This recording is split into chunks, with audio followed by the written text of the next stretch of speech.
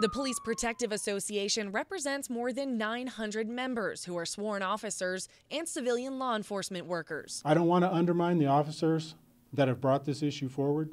They obviously feel strongly about it. Their members are frustrated, voicing concerns that the allegations other officers made to Fox 21 that they aren't getting clear from traffic stops to respond to hot calls aren't true. In my division, and I can speak for every other officer in this room, I've never had an officer sit on a traffic stop when a citizen or another officer or anyone was yelling for help or saying that there is a priority call.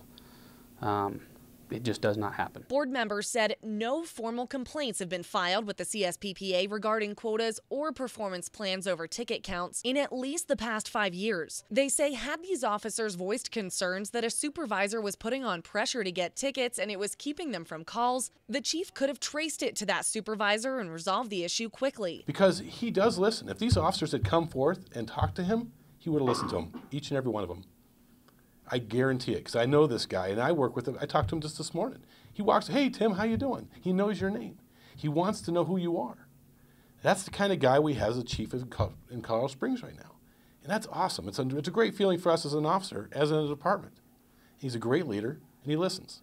And he wants us all to be happy as well as productive. He said that the current response time, which the chief told us is 11 to 13 minutes, is a result of low staffing after budget cuts, not being caught up with tickets. We do the best we can. And it is a manpower issue. That's what it is. That's what gets everybody frustrated, because there's not enough cops out there taking those calls for service.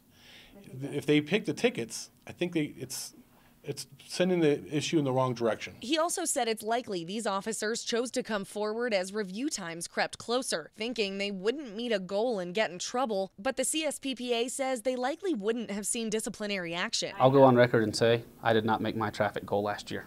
I got an exceeds expectations on my evaluation, but I did not meet the goal that was written on paper for me.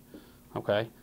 So again, if you're, I think that the department and every other officer in this room would say, if you are working hard, if you're doing the job you're supposed to be doing, protecting the citizens, helping out your fellow officers, there is not a negative consequence.